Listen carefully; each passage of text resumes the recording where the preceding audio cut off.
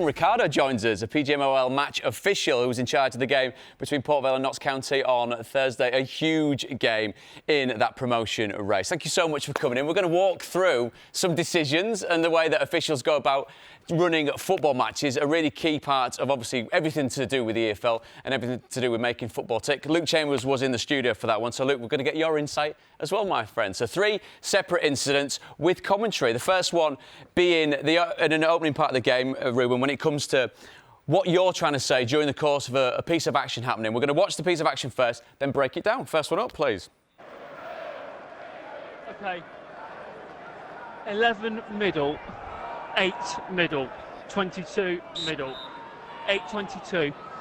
Reset. Now. No, hits his thigh, next decision. No mistake.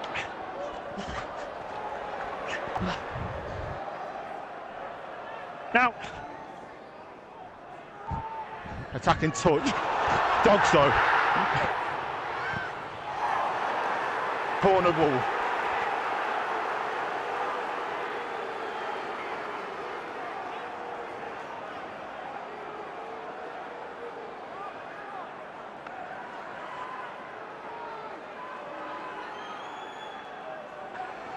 Possible short rubes early doors, be aware. Confirmed. White 23.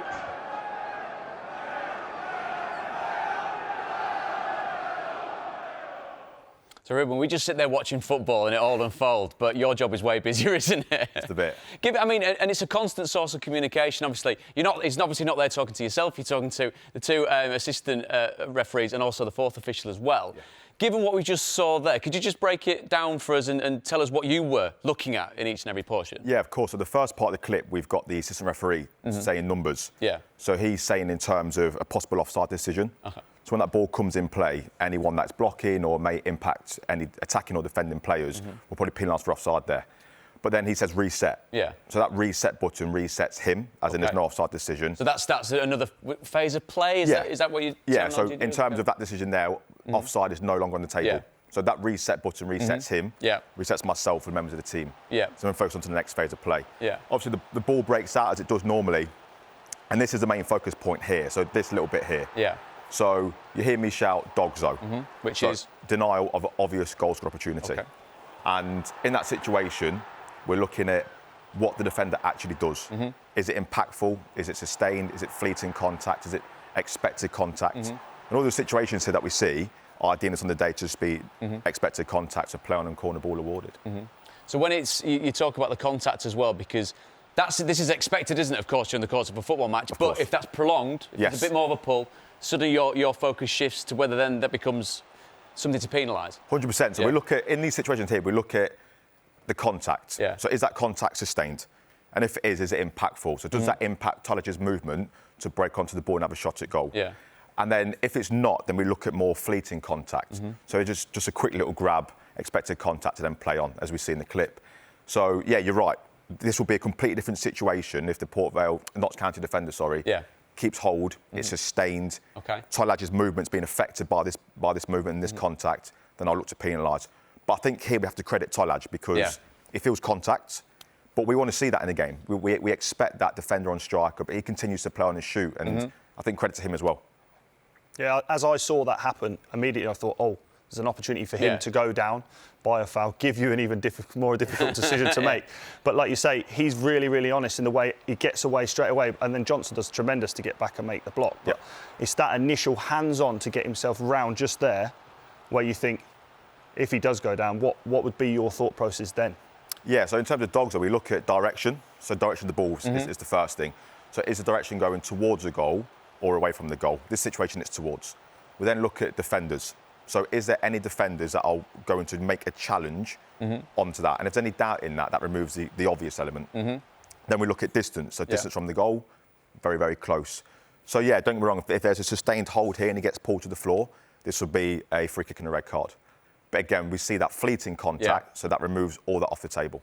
So was that 1-1 then for you? Correct. It's a great decision, and the play is allowed to go on, but it's the amount of decisions that you have to make in those. I don't think about that when I'm maybe having a few discussions with the referees when I'm on the pitch, but it's those amount of decisions you have to make and consider, which makes the decision-making process really, really impressive. Well, you mentioned discussions with players. There's another little clip here about talking to players and the way that officials and players come together.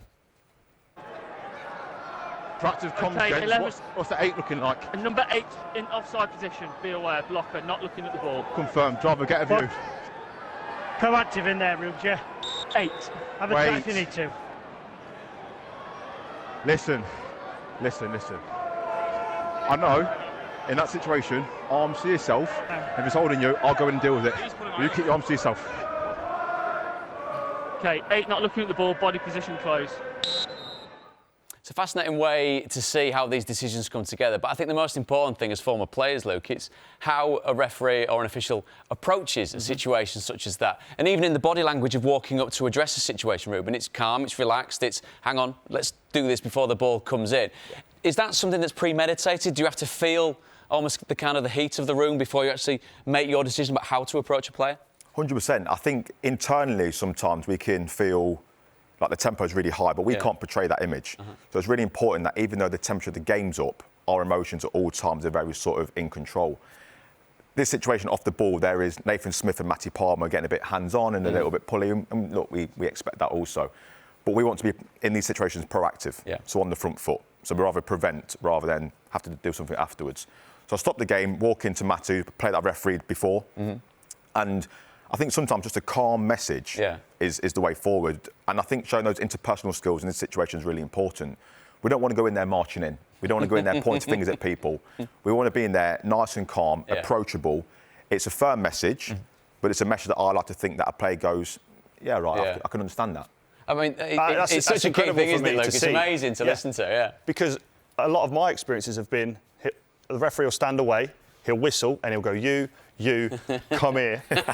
Whereas you've just really just strolled in there, immediately killed any sort of animosity, any aggression, any sort of emotional problems. And for me, that's how it should be dealt with, because all players want to be is listened to, spoken to, and then maybe explained why these decisions and what you're actually seeing, as opposed to you've got Nathan Smith pinching you, pulling you, doing absolutely everything under the sun to unsettle you. So yeah, it's really nice to see that, because that's something that I think that should be a standard practice for a referee.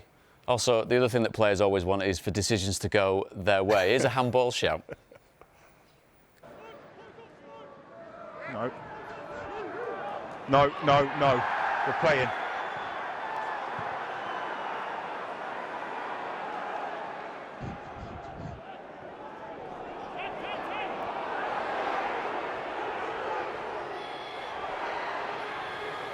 No, natural position, side his body line, corner ball.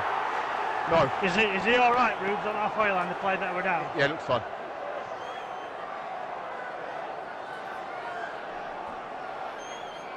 No, inside his body line. Nah. Hey, Nate's getting you. So the shot's taken, the shout goes up. What has to go through your mind, Ruebyn, to make sure that what is being appealed for, i.e. handball and a penalty, isn't then given? Yeah, so look, I mean, I think it starts a little bit before that. I think in order to get into a decision where we can see it as accurate as I did, I think it's that point of getting an angle. Yeah. Okay. So you see me make that arcing run across the penalty area. Yeah. Look, we want to see as much detail as possible. We want to get into a position where we are credible and we are accurate. Yeah. In order to do that, that comes from work rate, which comes up into the build of the week and how we prepare for the match. So what happened here, there's a shot's taking place, and I think handball is very subjective at times. And there's multiple factors we have to consider. Is the arm naturally bigger? Is there a secondary motion? Is it a natural position? Is it inside his body line? And all these things. It's not a case of the ball's hit his hands, so it's a handball. So all these things in a short space of time are running through my head. But as we see here, we see George Abbott in a normal running motion. It's close proximity. He cannot move his arm out of the way. It's inside his body line. So here I deemed it to be a corner ball. But the reason why I explain that so quickly is, one, for the team, as in my team, and then two, for the players that are in and around me. So you have that sort of conviction to say, listen, this is what it is. This is my rationale behind it. It's a corner ball. And I think players accept that, to be honest. So I suppose the key thing as well, Luke, is if it is explained, like, because fundamentally, believe it or not, we all do know the laws of the game, but we still will say, handball ref. It's those sustained appeals, though, isn't it? But when you've refereed the game in that personal manner, listen, we're not all trying to be mates, but it's actually explaining the decision, and what you've done is made the decision so quickly, so clearly, so vocally, and then immediately awarded a corner, and then you haven't gone and ran off, whereas, and then players start, hold on a minute, explain the decision. It's the way you've just handled it, walked away, no, corner, shook your head, and then the lad's just like, OK, it was a bit of a dubious appeal, but the sustained appeal is removed from that relationship and that being able to speak and you explain those decisions. It's like it's fascinating to see. Being firm but fair. Yeah. And just gives an insight, Ruebyn, into your preparation for a game, because we know it from a playing point of view, but you've got to be fit enough, you've got to be mobile enough to get around the pitch, as we saw making that particular decision. What goes into your match day routine? Lots, to be honest. I think, I'm very lucky that this is now my job. Yeah. I'm part of the PGMOL's ERDP referee programme, and that's now allowed me to go from sort of part-time referee to a full-time referee now. So I dedicate my life to this. So in terms of a normal week for us, our fixtures come out at Monday, 4 o'clock. Yeah. So in terms of that, as soon as that email lands in your inbox, preparation starts. In terms of training, we've got sports scientists that will plan a structured training programme around our week. So they're putting some strength and conditioning sessions in there, they'll put in some speed sessions in there, a bit of gym work. And then in terms of calls with our coaches, we have performance coaches. So then we'll look at clips from our previous game, pull the learning out, really look into detail, fine detail. There's constant feedback, isn't there? 100%, it doesn't stop, to be honest. And, we go away. So I went away from Thursday night and reviewed Port Vale's game yesterday. And me and my coach looking at that in great depth. We pulled the learning out of things. Could have done this better. Could have tried to do a bit of this better. And it's continuous. It's a lot, and but it's great. This is something I'm so grateful to do for a job. But it's about learning. That's the key. This is not a finished product. We want to continue to learn every single week, and that learning never stops. That's fascinating for me, isn't it? It's an insight that you never get to see because you're not in front of the cameras. You're not able to explain your decisions. So to understand it from the back end and you can see the processes that you're now going through, because the rules are changing season upon season, almost week on week. So the job you have to do is very, very difficult. And to have that insight for me as a former player who was captain of clubs, and to have those relationships that at times you don't feel like you're maybe listened to or communicated correctly, it's fantastic. And for me, you did a fantastic job on Thursday night in that game. Kept it in such a big game for that division. So, yeah, fantastic. Huge, Ruebyn. Thank you so much for joining us.